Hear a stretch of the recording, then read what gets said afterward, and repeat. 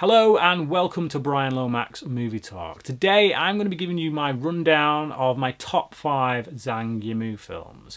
This is a director that I admire quite a lot. I like many of his films. Not all of them hit their mark. I think the Great Wall was a bit of a misstep, although still entertaining in many ways. But I'm just going to give you my top 5. So yeah, here goes. The number 5 choice is Not One Less. So Not One Less is about this teacher who she goes to this rural school and she doesn't really know what she's doing, to be honest. She's barely educated herself.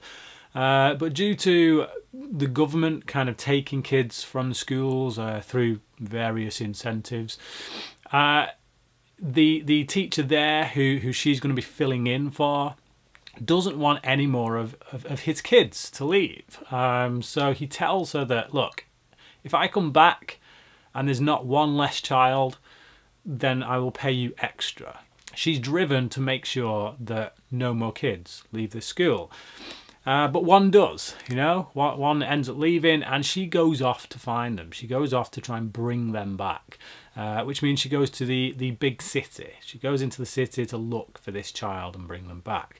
And the film really is all about that, her struggle to bring this child back. But what it does, for anyone who kind of is aware, even remotely, of the political climate at the time this film was made, is it highlights the way that the society is run. Now, a lot of people have interpreted this film as pro-government because at the end of the film, she gets the kid back through the help of, a authority figure, so to speak, an organisation, I should say, through the media.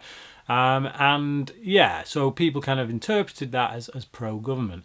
But there's also many people who interpret this film as anti-government, because what Yimou does is set up various situations which highlight that actually the main drive for most people in this society is personal gain, is money or personal gain, And even Wei's journey, this teacher who goes off on this journey, even her journey to get this child back really begins because she wants that extra money. She wants that extra bit of pay. By the time we get to the end with her character, it becomes about more than that. It is genuinely about this child. But for the most part, most people's motivations in this film are driven by personal gain.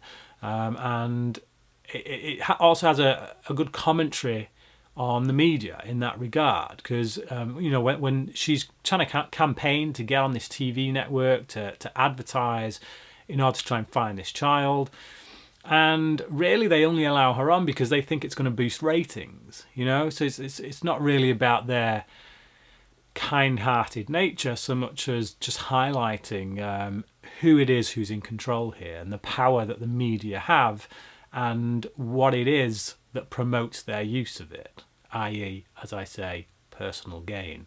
It's quite a clever film. It's, a lot of stuff's quite hidden, but it is there if you're looking for it.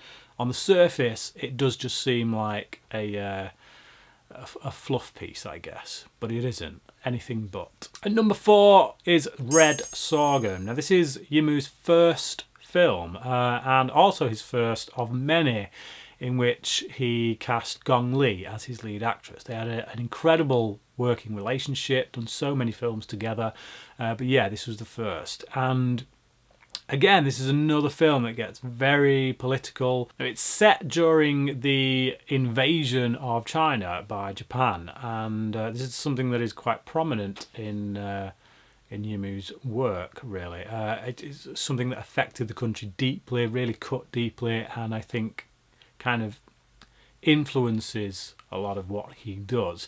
Now, it is, again, for the most part, a bit of a fluff piece. This woman, it's about this woman who ends up in this town, and it's kind of, it's a bit of a comedy. It's a bit light-hearted, but then in the final third of the film, or about halfway through, it takes a really, really dark turn. when the Japanese invade, and a lot of torture ensues, and you're just kind of sat there thinking, oh my goodness, what on earth is happening? Because, like I say, the tonal shift is just like that. But I think it's just a good, solid reminder of how lives are shattered during wartime. I knew nothing about this film. I caught it late one night on TV, and I thought I was watching one thing, and then when it switched, it turned out I was watching something else entirely. So yeah, it's an incredible film. I've not gone back to watch it since, but I guarantee it will hit you quite hard if you watch it. Particularly if you don't know what's coming. But yeah, Red Sorghum is my number 4 choice. At number 3, sticking with that theme of the Japanese invasion, is Flowers of War. The Flowers of War, starring Christian Bale, one of my favourite actors. But yeah, this again deals with the Japanese invading China, but particularly the rape of Nanking. And it's very distressing, I must say. Very graphic. There's moments when we see these Japanese soldiers raping these women, and that those moments actually are really played to the hilt, like very excessively, and I kind of think almost too excessively. But I also feel that this is something Yimou's dealing with, and this is how he feels about it, and you can feel his raw emotion, what he feels about this situation is up there on screen, for better or worse in some regards. But this film isn't just about those harsh scenes. It's about this priest, well, not a priest, it's this man who kind of disguises himself as a priest in order to basically save his own life. But over the course of the film, he suddenly turns to the protection of these women, becomes the protector of these women, using the guise of this priest to do so. So it's based on real events and just very hard hitting. This is another film I've not gone back to since, but I just remember being weighed heavily down upon after watching it. Is about the best way I can describe it. Number 2 is Hero. Now, this is the film that really brought Zhang Yimou to Western prominence. Got him noticed by the Western world. It stars Jet Li, among many others. Zhang Ji, one of my favourite actresses. It's a real shame she just doesn't do much work these days, to be honest. She's all but disappeared from acting. She does still do the minor role now and again, but yeah, around this time when Hero came out, she was doing quite a lot. She was in a lot of movies, and I just think she's a fantastic actress. Like I say, it's a shame she doesn't do more.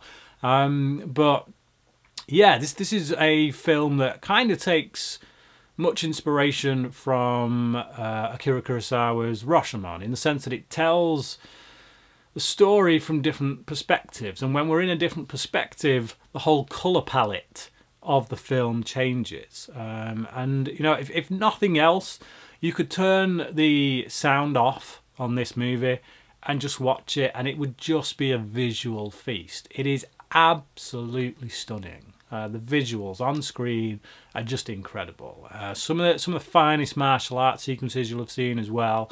Coming off the back of Crouching Tiger, Hidden Dragon, I think that film, Ang Lee's film, is really what brought that kind of film over to the West as well. But this capitalised on that film's success, and to great effect. Is it as good as that film?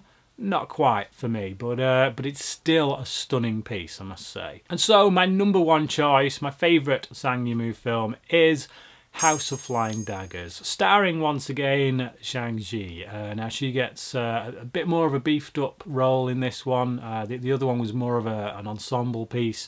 This is really about 3 characters. There's a bit of a love triangle thing going on. It's about these undercover cops who are trying to find out this terrorist leader, if you want to call him that, leader of this group. A lot of twists and turns, a lot of characters who turn out to be not what you thought they were.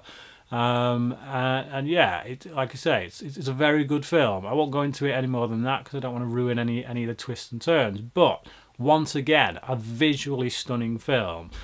Some of the visuals in this film actually caught by accident, because the final set piece takes place in the snow, and that wasn't intended. They turned up, they wanted to start filming, and the night before, really heavy snow in a place that they don't usually get that much snow, and it just completely blitzed the place. So at the last minute, Yimou just decided, all right, you know what, we'll turn this segment into something of a fairy tale, and we'll just work with the snow. So but it looks incredible, absolutely beautiful. Like I say, great performances all round.